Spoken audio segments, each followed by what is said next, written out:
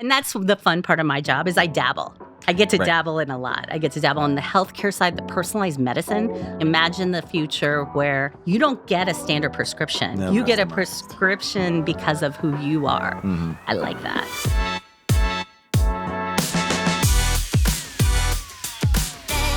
Welcome to Money Market, a Bank of Tampa podcast. We highlight the businesses, expert business advice, the local economy, and points of interest in the Tampa Bay market. Follow us on YouTube, Spotify, Apple, or wherever you find your favorite podcasts. And make sure you share this episode with a friend or colleague. I am your host, Owen LaFave, the Pinellas County Market President for the Bank of Tampa, Tampa Bay's oldest and largest community bank. Today's guest, Alison Barlow, is the Executive Director of the St. Pete Innovation District. Alison grew up in St. Petersburg and graduated from Boca Ciega High School. Is it the Bogle? No, but the Pirates? The Bogey Pirates? The Bogies, yes, okay. She got her bachelor's degrees from Florida State, MBA from American University in D.C. She began her career as a technology and business consultant in Washington, D.C. And upon her return to Florida, she was the operations manager and lead facilitator for Collaborative Labs in St. Petersburg College, which is very cool if anybody's ever participated in that process. Now, of course, we're happy to have her as the Executive Director for the Innovation District in St. Pete. So, Alison, welcome to Money Market. Thank you so much, Owen. I'm happy to be here. Okay, so people that aren't familiar with the Innovation District, it's got a great name. It does have a cool name. It has a very, very cool name, but what is it? What does it do? So it is, first and foremost, a geographical area. So if you think about downtown St. Pete and south of that, I'm going to name some landmarks because that's the easiest way to explain it. The Dali Museum, the Albert Whitted Airport, the Bayboro Harbor area, so all the waterfront, USF, St. Petersburg campus, Johns Hopkins All Children's Hospital, and Bayfront Orlando Health. Okay. All of those are part of the Innovation District. Now, how it operates as a public-private partnership. It's a nonprofit, similar to the same designation as a Chamber of Commerce. And we're really focused on lifting up science and tech, using that amazing collection of anchor institutions, but really looking across the city. So public-private, how are you funded? Where does that make? So a mix of money. Some of the money comes from the members. So we have a core group of anchors who contribute to, candidly, pay my salary. And then I Grateful for them, right? Very grateful for them. And then I go out and get sponsors for different events, different programs that we're putting on, as well as grant pursuits. So we'll go after state and federal grants to be able to fund some of our work as well. How was it formed? What was the inception? How did all of it happen? So I have to give credit to a bunch of people, some names you'll recognize, Dr. Kanika Tomlin, some of the folks from the Downtown Partnership. They all had these conversations about these institutions and how powerful they were. And at the time, many of them were working in those institutions, and they would drive in, they go to work every day, they get back in their car and they go away. And, St. Pete's a big, small town, so they knew each other, but they really weren't maximizing the capabilities across the group. Okay. So they took a couple of years and really looked at what would it look like to form a business district that would maximize what they could do. And they followed and looked around and found the Innovation District model. So that's how it came about. Now, how long have you been there, and how did you? Yes, what was your journey? My journey here. So the Innovation District's 8 years old, and I've been there 7 years. Okay. So the first year it was sort of volunteer-led by the leaders. But I saw a Facebook post for a mutual friend who had put up, hey, they're going to hire for this job. And I went, oh my God, that's me. The power of social media. Yeah. I know. Except the one bottom line on the job description was economic development. And I don't have an economic development background. So I went in, luckily got an interview, and I went in and I said, if that's the number one thing on this job description, I'm not your girl. But if these other 8 things are equally important, then I am your girl. And here's how I'll sort of solve the problem of figuring out economic development. And I give a lot of credit to all of my economic development partners. The EDC was being stood up at the same time in St. Pete, JP Dubuque, the city's economic development office, and the county. And they all kind of rallied around me and helped me get smart about that area. That's amazing. Yeah. So what were the other, 7? I mean, I know it was a while ago, but any off the top of your head that you're like, yes, this is perfect for me? It was a lot about bringing diverse groups of people together. Okay. And so a lot of my career, and you kind of highlighted it, was working in D.C. as a business and tech consultant. And a lot of that work was in the Department of Defense. And so I was doing these really interesting problems. I'll give you one quick project, biometrics. When the U.S. Went into Iraq, we collected biometrics as Saddam Hussein had collected, so fingerprints. And we took that database and then kind of built off of that database. And it was a really amazing entrepreneurial time around biometrics in the military. So the Army had their strategy, the Navy had theirs, there were other groups that had different strategies. And at some point, Congress has this philosophy, if we're going to spend all this money on a topic, we need it all coalesced under a program office. Okay. And so I got to be that lovely person involved with trying to get all these entrepreneurs to kind of come together. And it was a tremendous, challenging time because you didn't want to lose all the goodness that they had done, but you also wanted to kind of bring it together under one tech umbrella, figure out how to way forward. And so I was like, that sounds a lot like what this innovation district's going to be about. Right. Because you're going to have all these different opinions areas, and not different everybody. disciplines. Yeah. How do you marry life science with marine science? How do you infuse art into that? And all the other things that have come about now. I kind of want to talk about Saddam Hussein for a minute. So the fingerprints. I mean, were we intrigued? Was it the process and the technology, or was it the fact that a potential terrorist list? I mean, what was the allure there for the government? I think the government had at the time already, and I know they had already started looking at different ways to learn about our enemies and the people we also collaborate with. And so that was a treasure trove of just a huge database of fingerprints. Now, what they were able to do with it is that's when they started to figure out they could figure out bomb makers, because they would go get IDEs and they'd find a thumbprint on a component in the IED and they could trace it back. Wow. Okay. That's where they started using fingerprints as border control or area control. So, and then even when they were boarding ships. So this is where the variety of the entrepreneurial spirit, Navy's tools to collect fingerprints have to deal with waves. And you can't just be, in a steady state. Army is often manning a guard post at a border. Mm-hmm. So they have volume. So they have to have good data collection that's quick. I mean, all these components we had to sort out. That's fascinating. Oh, it was a very cool time. I got to do a lot of really interesting things I never thought I would touch when I worked in that field. Well, I guess, all right, bringing it back to St. Pete. So Innovation District, I mean, what would you say if you had to define it? Like, what is your vision for the Innovation District? I think ultimately the Innovation District is here to elevate the areas of science and technology in St. Pete for the purpose of ultimately growing jobs and growing average salaries. That was one of the things when I came out of high school, and then even when I graduated from college, I tried to come back to St. Pete. And there just wasn't the concentration of science and tech jobs. There was like a couple here, a couple there. You need the clustering. You need that phenomenon that somebody will be in a job for a couple of years. They may get stuck in that role, but they'll go sideways, another company, and then they'll become your best partner because you know each other really well. You trust each other. And in DC, that happened all the time. Sure. You and I would work together on one project. The next project, we might not. We might be competitors. But then the project after that, we might be in the same company. Mm-hmm. But that's the way you create a cluster. And so I think one of the things the Innovation District does well is we've highlighted the clustering around a couple different areas. So is the success then driven in just job creation and then the average income? Is that how you define your success? So I'll kind of answer it strategically and then very practically. Okay. So strategically, my first board chair said to me, there's something the Innovation District can do that none of the other organizations can do. We can be agile and we can fail. And so success of the Innovation District sometimes is we screw up and we fail. We try something new, we experiment on behalf of the anchors, and we learn a lot of lessons. And so my board chair said, hey, if you don't try new things and we don't push the boundaries, are we really being sort of innovative? Right. And then on a practical sense, yes, definitely. We track average job growth, new business, also STEAM or STEM graduates, because they're our future workforce. Sure. So are we doing our part to help kind of create that pathway for young people? And a lot of what the Innovation District sort of role in that is exposure, because so many young people have no idea the jobs that are out there. We have a tenant in our building called Sail Drone. Yes. And it's pretty awesome. It's autonomous water-based vehicles that can be used in a couple different data sets of problems.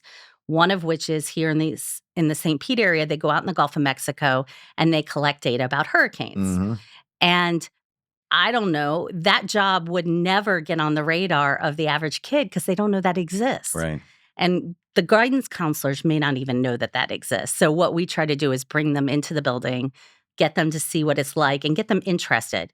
It still may be a totally different job by the time they graduate, but we're setting them up for thinking about these new possibilities. Okay, so that ties into like local workforce development. Yeah, totally. Yeah, and so you're working with the universities, and Yep. and who else are you working with? And Well, a lot of times it's the universities, the colleges. We're also working a little bit right now with associations, like professional associations, because this idea of micro-credentialing Mhm. or small certificate programs Right. are becoming bigger and bigger.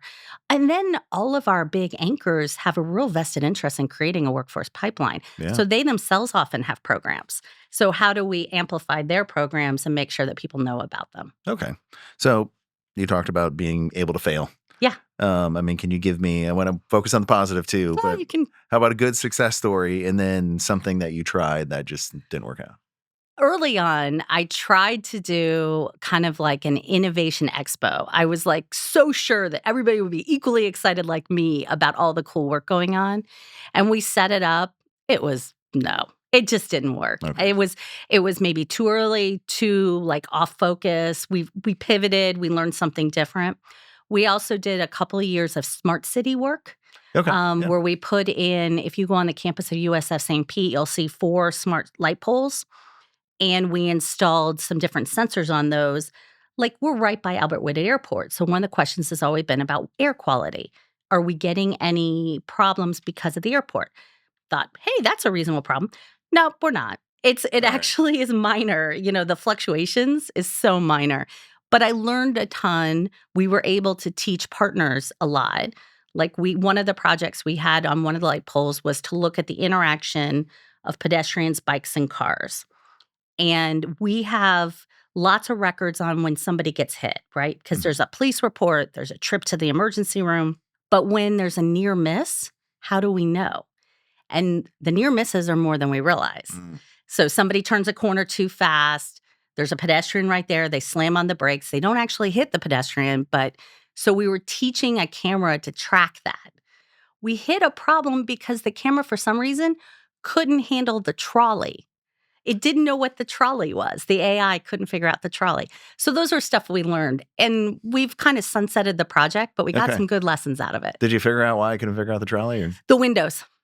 The Interesting. windows, and I said the windows are similar to a bus, but I guess the configuration of the windows, the team that had taught the original software how to view a bus Right. just didn't match. So we had to reteach. Kind of the end. Yeah, that was not one that you would think that it would it would be an issue. No, it was interesting, and actually, we had given the data to a group of students at USF in the College of Business in a data analytics class, and they're the ones that figured out the problem. Great.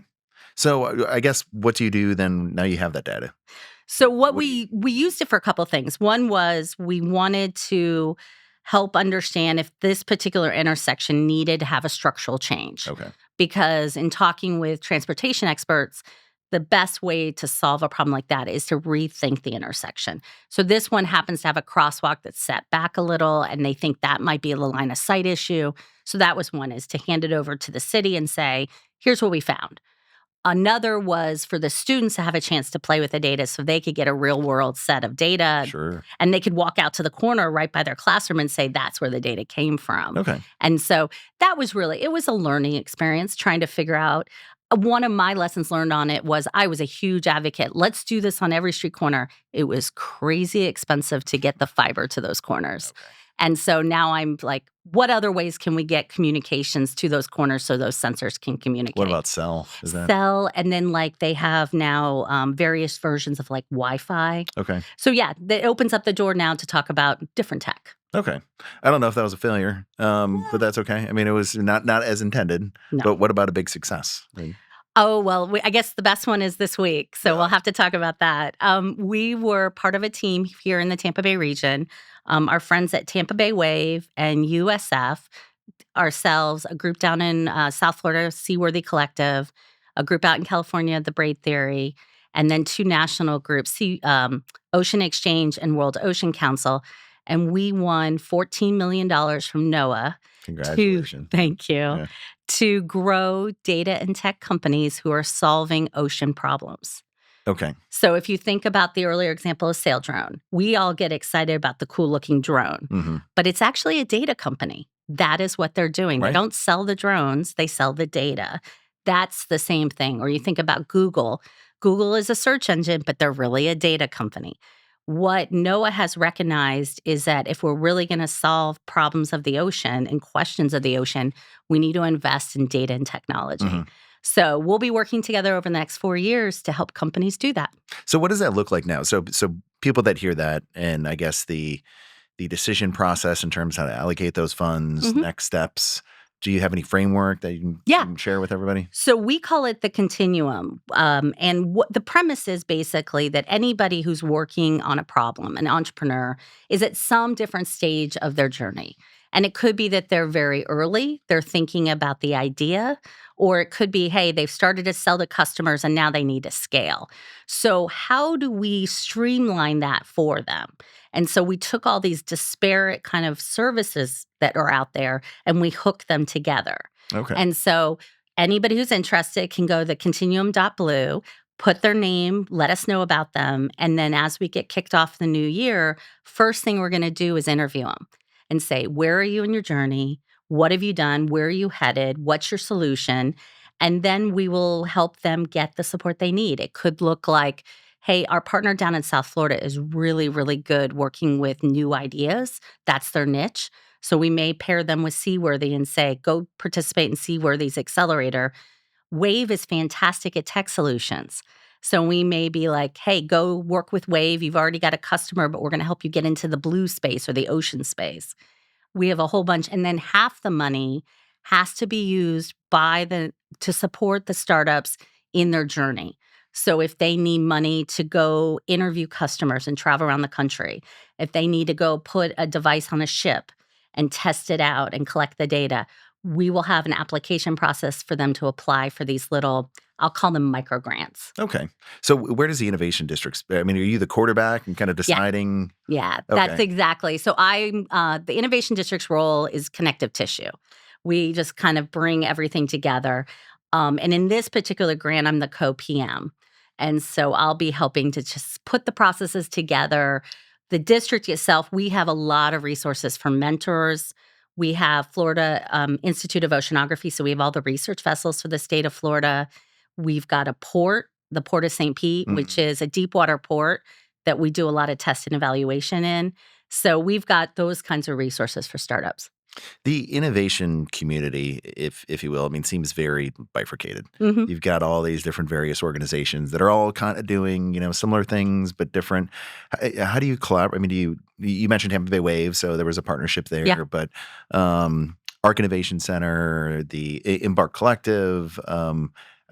Do you collaborate with them? Do you work with those Oh, organizations yeah. as well? Okay. I mean, we all know each other. Mhm. And that's one thing. We're always very intentional, particularly if there's a newcomer in the community, to make sure we integrate. I'd say on a day to day basis, it varies, like who works with whom. One of the projects we did, we always joke that we felt like we were just referring people to each other. And we'd be like, well, just call Lakshmi, go call Tanya, go call Linda. And we would do a lot of that. And so about a year and a half ago, Duke Energy gave us a grant and we mapped all of the ecosystem partners. Okay. Because I said, I don't want an app because, yeah, you could do an app. I want a piece of paper that when I'm sitting in a coffee house or I'm sitting in a brewery and I'm talking to an entrepreneur, I can take out my pen and just circle the names they should call. This is who you Just call these people because it's so much easier. And so we just knocked it out. We got this one pager, and I jokingly said the day we published it, I said we're at a big event, and I held it up and I went, "It's wrong," and they were all like, "What?" And I said, "No, no. The minute I publish this, it is wrong." It's constantly evolving, right? Oh, I mean, totally, yes. totally. And one of the challenges is that because we have so many amazing resources, I think we interviewed 160 entities and we included a little over 100. One of the things we tried to do is say, what are you really good at? Because you can do everything, Mhm. but what are you just like so good at? And sometimes people are hesitant to say that. They don't want to be left out of other things, Okay. but it's so much more powerful as an ecosystem if we can understand that. And I also can imagine that's intimidating. I mean, if you've got some great idea or a business and you're working on a concept and you're like, where do I go? Oh, Well, God. I've got 100 different places for you Yeah, to go good to. luck. Where do you start? And are you going to get them on the phone? And, and what was happening sometimes too is because we weren't being clear with the community and with the entrepreneurs that we were good at certain things, Mhm. somebody might call one of us and say, "Can you help me?" And we'd say, "No, we can't." And they'd be like, "Well, they don't want to help me." And it's not that we don't want to help you. It's I'm not good at what you are working on. Right. We have a partner that's very, very good at military veterans. Okay. And I've worked in DOD. I can talk military, but I would say I always refer to her because she understands their journey so much better than me Okay. and the resources available to them.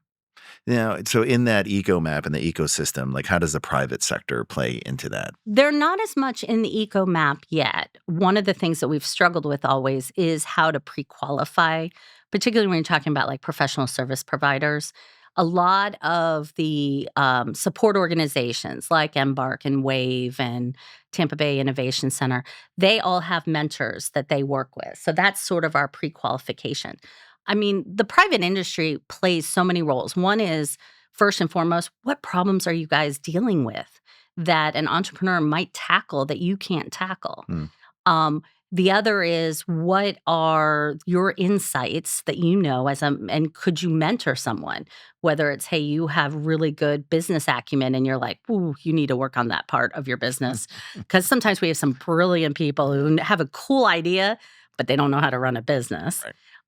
Or sometimes it's they're in like financial services or something, and they're really smart as entrepreneurs, but they actually don't understand financial services. Mhm. And when you look at their solution, you guys will be like, this won't work legally. This won't work for many reasons.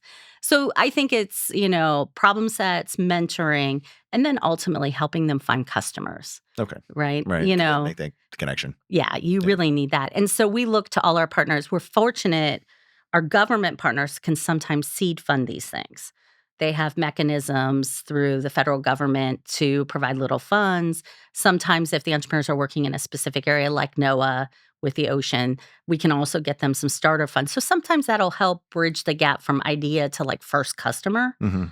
But what we have to do is help them find that next customer, and particularly one that's in the private area. Sure. Yeah. What about emerging technologies? Anything cool? There's that's so cool developing? stuff out Yeah, there. I don't even know where to start. I mean, I think that there's going to be so much with data. Like, you talk about I AI. refer to the analogy as like that's the new oil. Right? Yeah. I mean, we do a morning breakfast series, and we started this year with an artificial intelligence breakfast series. Okay. The first one, and it was all about the ethics of it. And it was fascinating to hear everybody's perspective on ethics of AI. Very broad. Oh my God. No wonder why there's no coalition. No, because like one person's like, well, it's brilliant that they use Chat GPT, and someone else is like, that's cheating. Right. And so that was interesting. We just did one on eVTOL, so vertical flight, where it's Yes. Yeah. yeah. So this is something that all of Tampa Bay is looking at, and the Innovation District with Albert Whitted Airport, we were very interested in. So this is vertical battery flight that for now will have pilots, but candidly, I don't think pilots are going to be in there for a real long time. Sure. And so this is like air taxis, and can you imagine, they're not quite powerful enough, but could you imagine skipping the I-4 traffic? Oh, that'd be incredible. I would die. Yes. I would love it. So that's something, I think, anything that's coming around transportation, a lot of our folks in the Innovation District, like we have one that's doing a data center on the moon. And he was just part of the most recent, it's Lone Star Lunar, and they were part of the recent lunar launch or landing on the moon, and did this huge data transmission back and forth and successfully. So, yeah. Now, is that supposed to be a bridge to Mars? Like, what is the benefit of having one of the components, right? Okay. So one of the components is it's an opportunity to do off-Earth data storage, as a ultimate backup. Okay. But there is that component of, as we explore more and more out into deep space, bridging the data transmissions and things like that. He would tell you so many great stories about it. And that's the fun part of my job is I dabble. I get to dabble in a lot. I get to dabble on the healthcare side, the personalized medicine, like imagine the future where they're headed, where You don't get a standard prescription. No, You get a customized. prescription because of who you are. Mhm. I like that. I think that's fascinating. So you may get a particular antibiotic or a particular dosage based on your DNA, your makeup, what's happened in your health history. So they're moving in that direction too. So being right on the water, I know you all do a lot of work in the marine Yeah. space. So anything that's exciting specifically in that area, kind of blue tech, marine. I think you're going to see a lot more about exploration of the deep water. We talk about how much we It is the understand unexplored. the unexplored. It's expensive, it's difficult, not unlike space, but for some reason we haven't tackled it. We actually have a vessel behind our building today that just loaded 2 spar buoys to go out in the middle of Gulf of Mexico from the College of Marine Science. What is a spar buoy? I had to learn. Again, I dabble, so I get to, it's these long, massively long buoys that you have to lift with a crane to put on the ship. And, Okay. and it's just long and narrow, and it goes upright, and then it has sort of a centerpiece that has all the sensors. Okay. And those kinds of, I think we're going to get into little micro sensors that'll go out and be able to do wider swaths of area. We'll also get more underwater and things like that, exploration. They're even talking about putting some test civilizations underwater. I have heard that, and I know I guess the Marines in particular, I think, have actually built kind of an underground area where they've sent people under there for periods of time to see how they have responded to that type of environment. Yeah, there's a couple groups who have been doing it here in Florida. Okay. And we've been talking to some of them. So we'll see where that sort of goes in the next evolution. And then, there's so much. I mean, any problem set that you think about on land probably has an equivalent problem set that's even more complicated in water. Well, and then you also get into, and I know there's international waters, but you get into boundary issues, and maybe I'm kind of jumping ahead a little bit, but what about international collaborations? Is there any of that at work? Most definitely. One of the companies in the Innovation District is Polestar Defense. So they're not the car company, they're a different company, but they're doing tracking of international vessels around the world. So if you remember This is really cool. Yeah. Share this story. Yeah. So I was able to see. So they had these huge dashboards, and you can pick a dot on the dashboard, and you can learn about the vessel. You can learn about its ownership. You may be able to learn a little bit about what they've been carrying and where they've been transported. In the U.S., they work completely with the Coast Guard because they're looking at tracking Coast Guard vessels. They're working at tracking commercial vessels in the U.S. waters. Accident recreation, because they can do it from the data.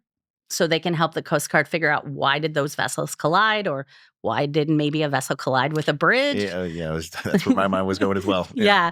But it's really interesting. And this will be relevant. A lot of people might remember this. During the height of the Ukraine war, there were vessels under the Russian flag that would be out and then disappear. And they were illegally turning off their sensors. Okay. And so then they would. So that's a point, because everybody has to register. Everybody has to have the sensor, right? Right. So. And theoretically should always be operating it, but they're getting smarter about stealthing.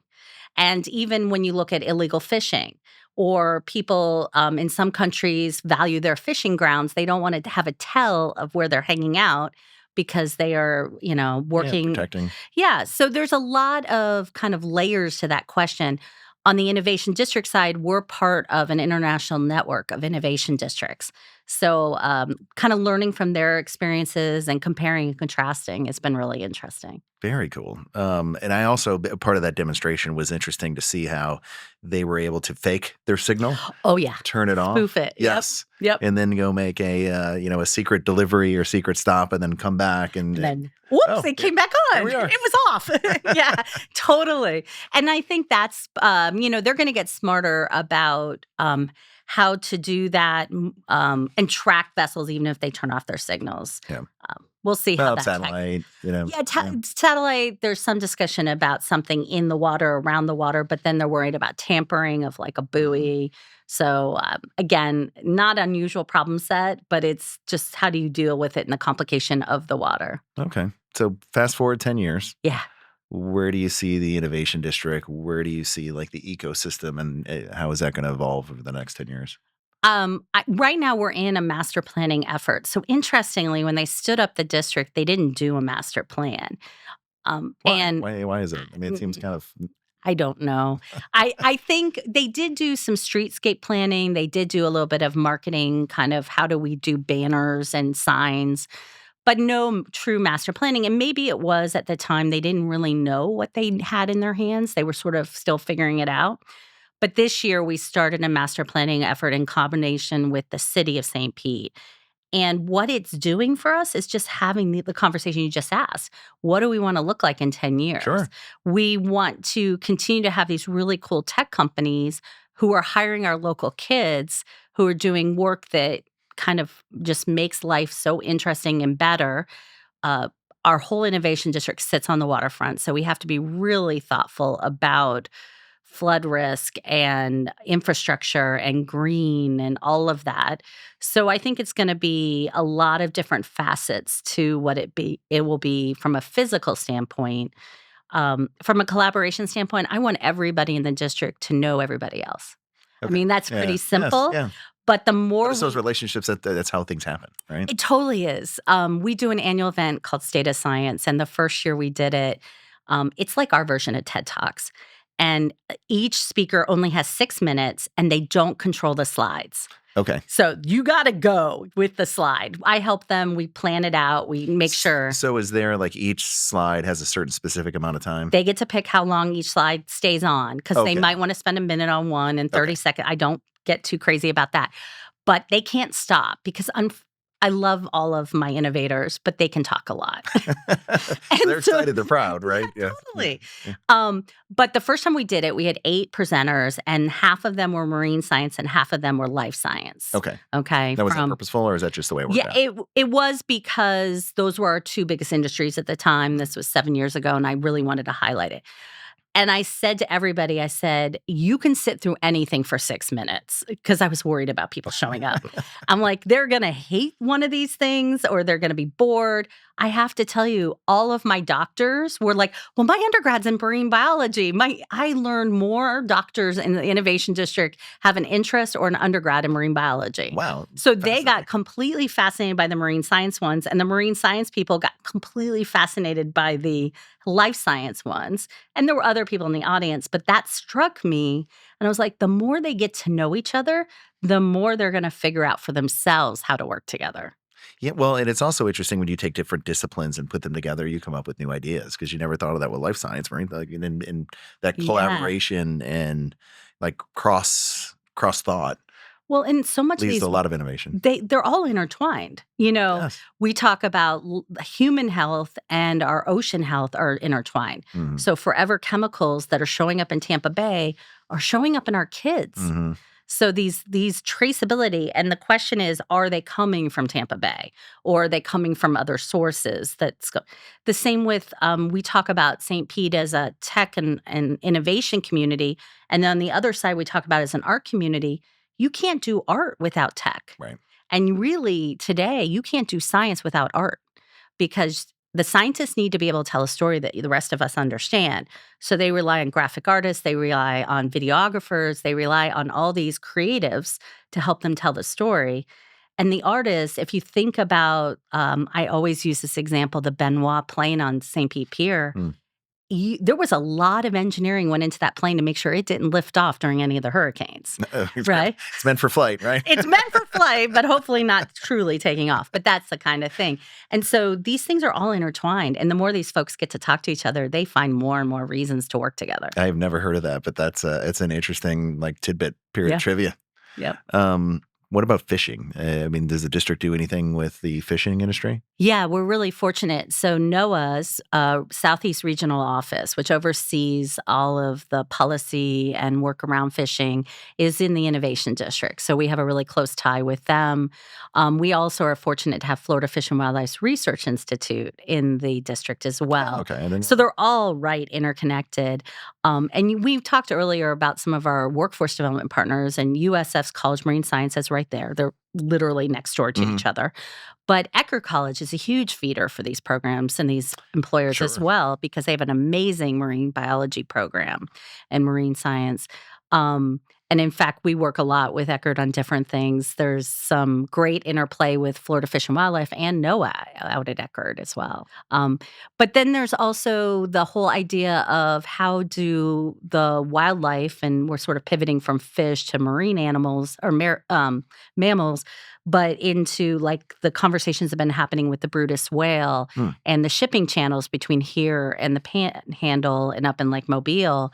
And, that's an endangered species that NOAA is tracking, but then some of our other partners like the Port of Tampa are really concerned about because there's some concern about big commercial vessels might be getting involved and hitting some of the whales at some point. So there's a lot of problem sets that you'll hear about across Florida that often are being worked in the Innovation District. That's interesting. So, I mean, I've heard the issues with the whales before, but these shipping vessels are, they're large and they're moving at a pretty good clip.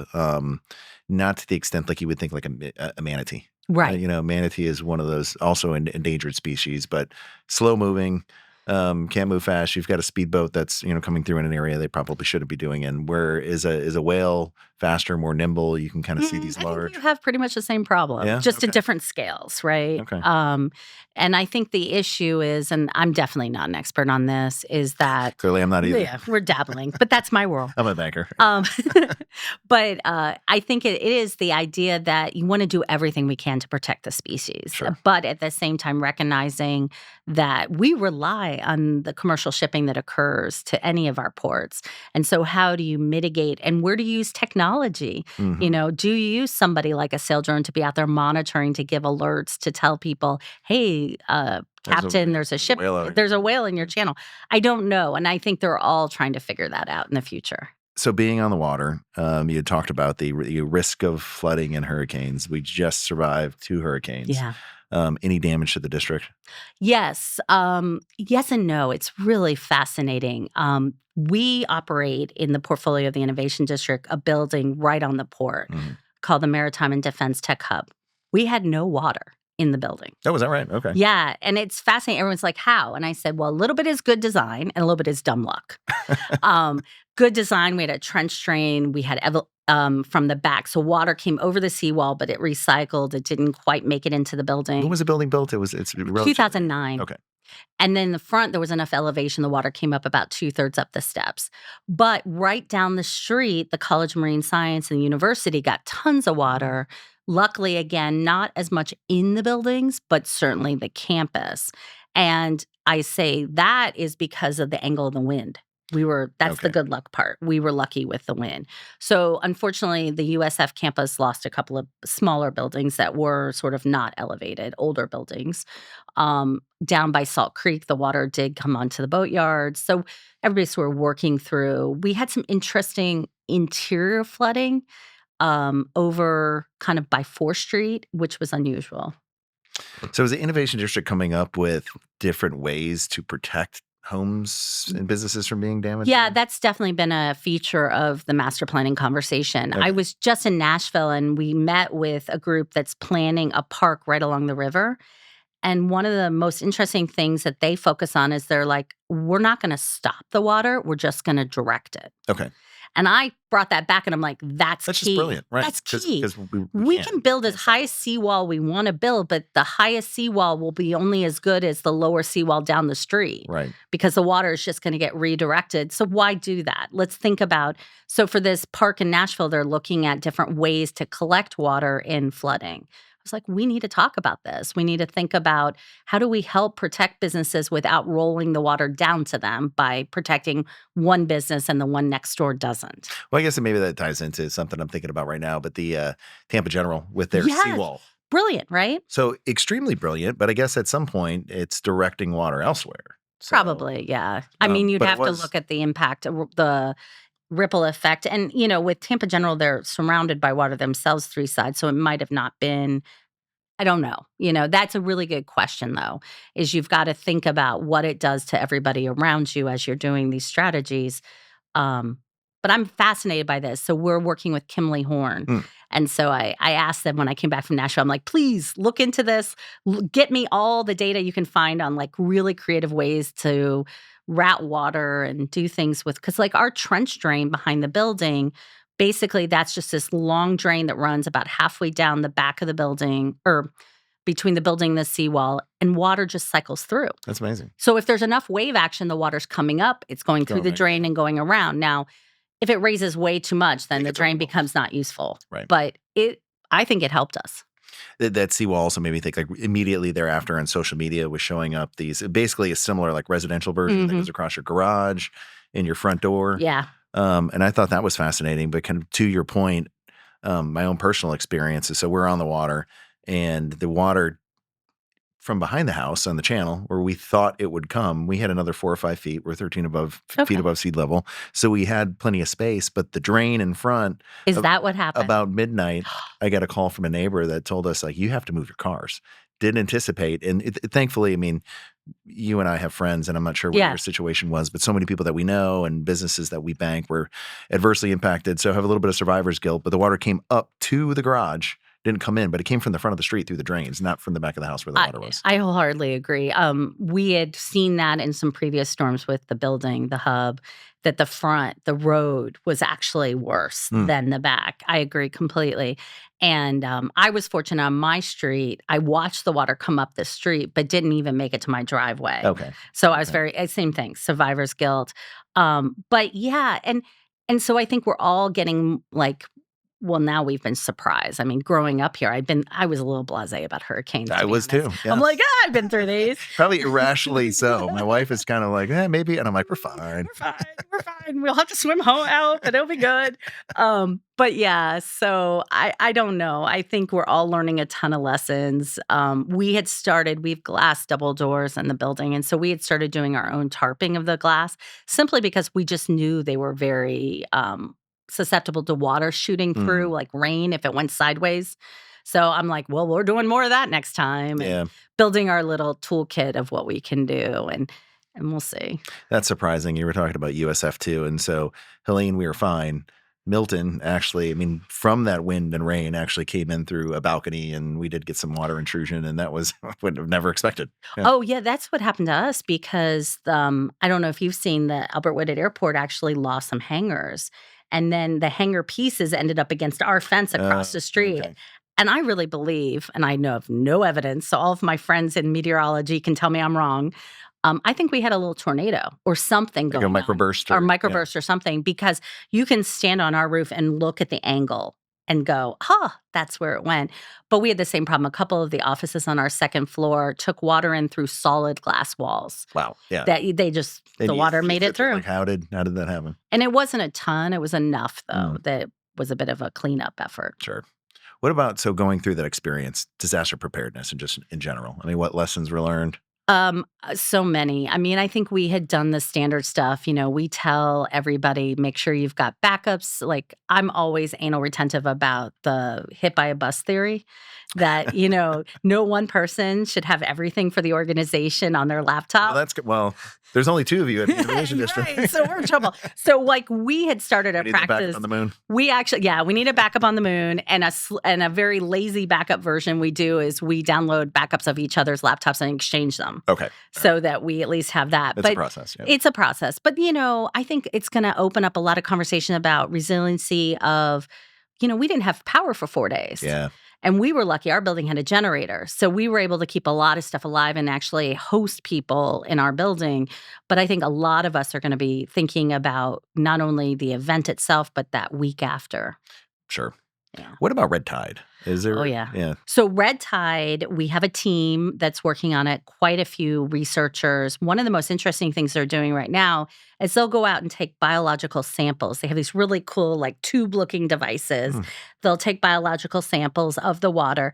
They'll bring them back to the lab, and then they're now teaching AI to tell if it's if it's the red tide or not. And hopefully what that will allow them to do is process samples much, much faster and maybe even have smaller samples. I think you asked earlier about where we can go. One of the problem sets that I know we had years ago that I think we're still dealing with is traceability of what causes red. Red tide is naturally occurring. We all know that. Mm-hmm. But it's exasperated by different, often human interactions. Right. And so when Piney Point occurred, everybody was like, can we trace this specifically back to Piney Point? And I think the scientists were struggling with that. Yeah. So I would love to see where we can take that kind of analysis in the future. And then once we have a red tide event, how do you suppress it or mitigate it in a thoughtful way? Now they'll grab all the dead fish and get them out of the water as quickly as possible because that's fuel for more red tide. Right. So I do want to go back. You had mentioned Nashville. Yeah. And we kind of talked about our diverse but separate network that we have here. Mm-hmm. But we were talking before we started that Nashville has a facility that has kind of all of that in one. Yeah, they have the place called the Enterprise Center. Okay. And I was really fascinated because, first of all, it's a gorgeous, repurposed old building, and I'm a big fan of those types of setups. Me too. And they have this very, very vibrant entrepreneurial community. And the more I learned about it, it to me sounded like a combination, if anyone's familiar with St. Pete, the greenhouse, the work that like Tampa Bay Innovation Center does, the work we do, all under one roof. So they didn't, where we might have a facility geared for a particular type of entrepreneur, they were having it in that same space, which is kind of neat. Very neat, and probably lends itself to a little more collaboration. And not that we're not collaborative here. Right. I would say we're very collaborative. But do you think, given the way we're structured in St. Pete, it lends itself to competition sometimes? Oh, for sure. Yeah. For sure. I think we constantly have to remind ourselves of not being in competition and really getting clear about, like I mentioned very early in this conversation, that when I came on board, the EDC and the economic development folks were incredibly supportive. One of the ways and reasons they were supportive was from the get-go, my board did not judge me on the number of jobs I brought to the community. And they were all getting judged on that. Absolutely. So we just took away that. And I said, you can take credit for every business that gets stood up here. I don't need that in my, roster. I can certainly help you with that, and I will, but so I think a lot of times when we have this feeling of competitions because we feel there's scarce resources and everybody's feeling like, I got to fight you for that. I will say we've spent a lot of time the last couple of years on these like big federal grants that we've pursued.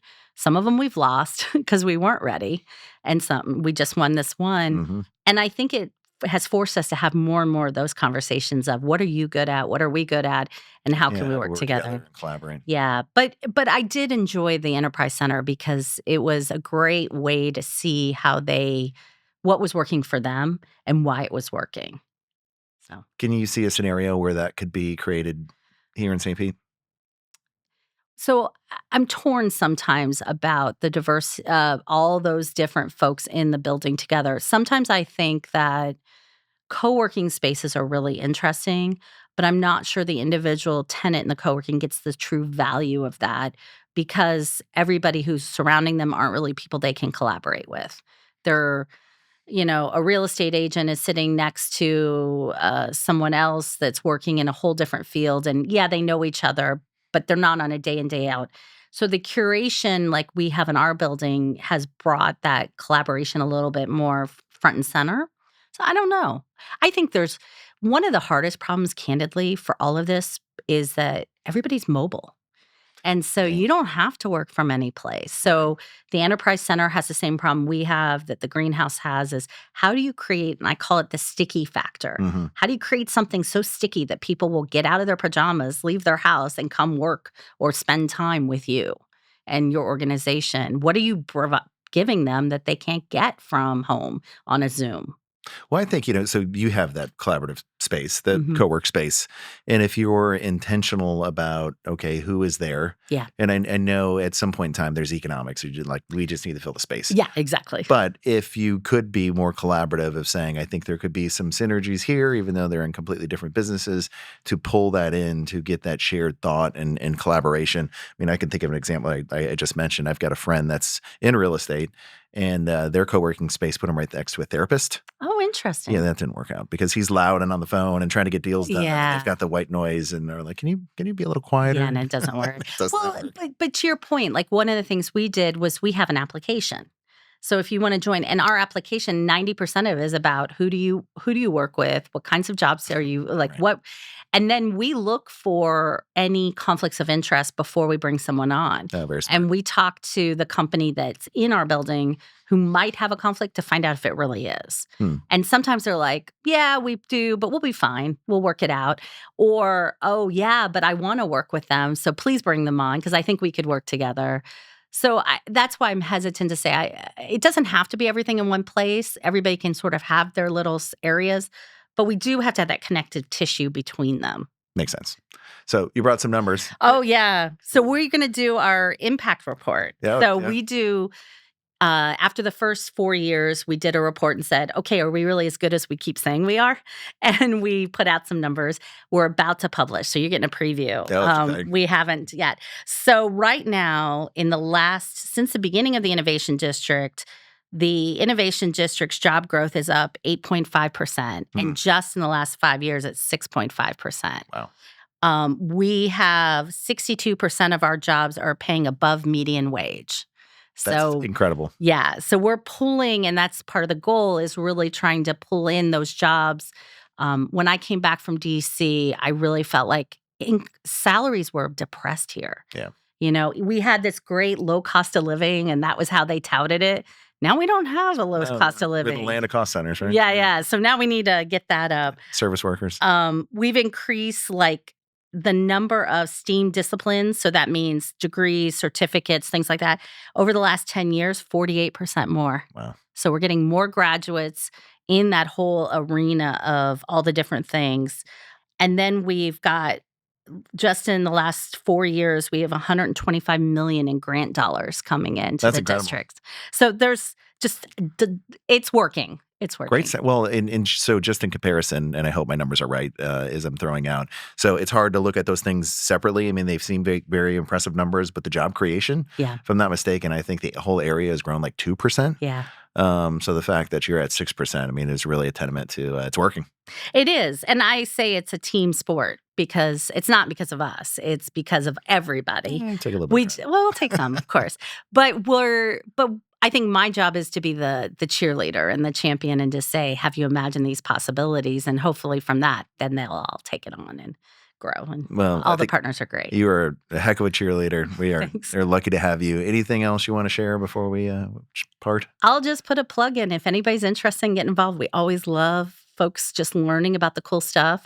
My favorite phrase is that a lot of the people who work in the Innovation District, particularly on some of these topics we talked about today, are rock stars. Like if you went to a conference for one of them, they would be the person everybody wanted to talk to. And they're standing in front of you in the grocery line and you have no idea who they are. But we try to feature them. So check out our events and you'll get to learn about the stories. Okay. So how do they do that? Where do they get plugged in? So stpeteinnovationdistrict.com is our website. And just go to the events page is probably your first step. All right. Well, Alison, thank you for coming on Money Market. Yeah. If you have a question or future show idea or would like to be a sponsor, you can send us a message at moneymarket@bankoftampa.com or find us on LinkedIn, X, Facebook, and on Instagram at Bank of Tampa and online at bankoftampa.com. Thanks for tuning in. Thanks for subscribing, and we will see you around in the Money Market.